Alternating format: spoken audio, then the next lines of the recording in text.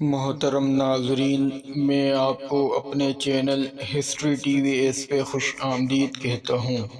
ناظرین، حضرت سلیمان علیہ السلام حضرت داؤد علیہ السلام کے فرزند ہیں۔ یہ اپنے مقدس باپ کے جانشین ہوئے اور اللہ تعالی نے ان کو بھی نبوت اور سلطنت دونوں سعادتوں سے سرفراز فرما کر تمام روئے زمین کا بادشاہ بنا دیا، اور 40 برس تک آپ تخت سلطنت پر جلوہ گر رہے۔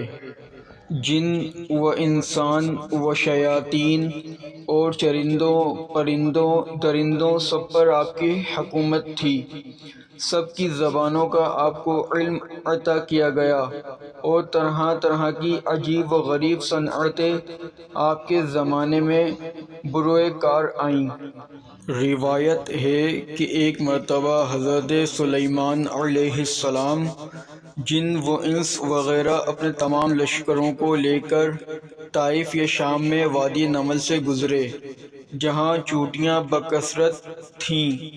تو چیونٹیوں کی ملکہ جو مادہ اور لنگڑی تھی، اس نے تمام چیونٹیوں سے کہا کہ اے چیونٹیوں، تم سب اپنے گھروں میں چلی جاؤ، ورنہ حضرت سلیمان اور ان کا لشکر تمہیں بے خبری میں کچل ڈالے گا۔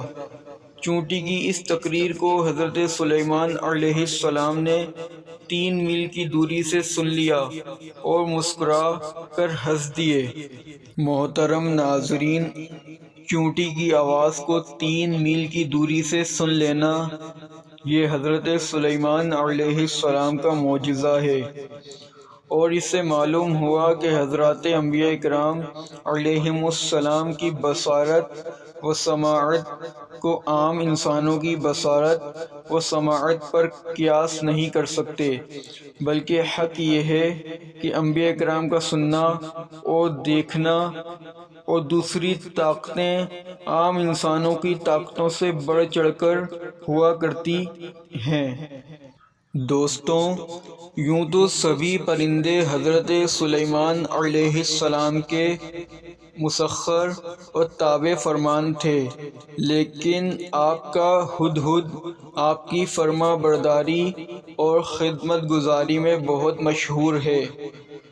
اسی ہدہد نے آپ کو ملک سبا کی ملکہ بلقیس کے بارے میں خبر دی تھی کہ وہ ایک بہت بڑے تخت پر بیٹھ کر سلطنت کرتی ہے، اور بادشاہوں کے شایان شان جو بھی سر و سامان ہوتا ہے وہ سب کچھ اس کے پاس ہے، مگر وہ اور اس کی قوم ستاروں کے پجاری ہیں۔ اس خبر کے بعد حضرت سلیمان علیہ السلام نے بلقیس کے نام جو خط ارسال فرمایا، اس کو یہی ہدہد لے کر گیا تھا۔ چنانچہ ہدہد خط لے کر گیا اور بلقیس کی گود میں اس خط کو اوپر سے گرا دیا۔ اس وقت اس نے اپنے گرد امراء اور ارکان سلطنت کا مجمع اکٹھا کیا، پھر خط کو پڑھ کر لرزہ براندام ہو گئی۔ خط سنا کر بلقیس نے اپنی سلطنت کے امیروں اور وزیروں سے مشورہ کیا، تو ان لوگوں نے اپنی طاقت اور جنگی مہارت کا اعلان و اظہار کر کے حضرت سلیمان علیہ السلام سے جنگ کا ارادہ ظاہر کیا۔ اس وقت عقل مند بلقیس نے اپنے امیروں اور وزیروں کو سمجھایا کہ جنگ مناسب نہیں، کیونکہ اس سے شہر ویران اور شہر کے عزت دار باشندے ذلیل و خوار ہو جائیں گے۔ اس لیے میں یہ مناسب خیال کرتی ہوں کہ کچھ ہدایہ و تحائف ان کے پاس بھیج دوں۔ اس سے امتحان ہو جائے گا کہ حضرت سلیمان صرف بادشاہ ہیں یا اللہ عز و جل کے نبی بھی ہیں۔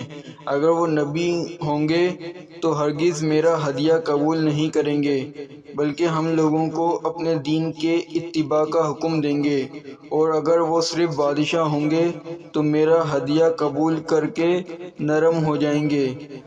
چنانچہ بلقیس نے 500 غلام، 500 لونڈیاں بہترین لباس اور زیوروں سے آراستہ کر کے بھیجے، اور ان لوگوں کے ساتھ 500 سونے کی اینٹیں اور بہت سے جواہرات اور مشک و عنبر اور ایک جڑاؤ تاج ماں ایک خط کے اپنے قاصد کے ساتھ بھیجا۔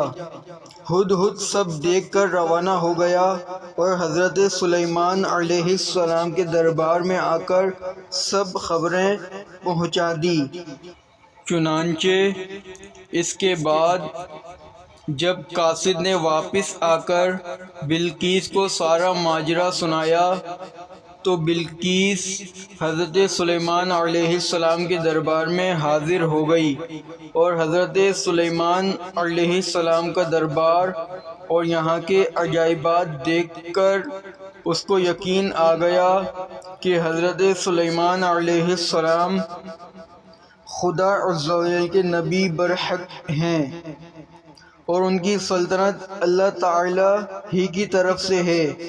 حضرت سلیمان علیہ السلام نے بلقیس کو اپنے دین کی دعوت دی تو اس نے نہایت ہی اخلاص کے ساتھ اسلام قبول کر لیا۔ پھر حضرت سلیمان علیہ السلام نے بلقیس سے نکاح کر کے اس کو اپنے محل میں رکھ لیا۔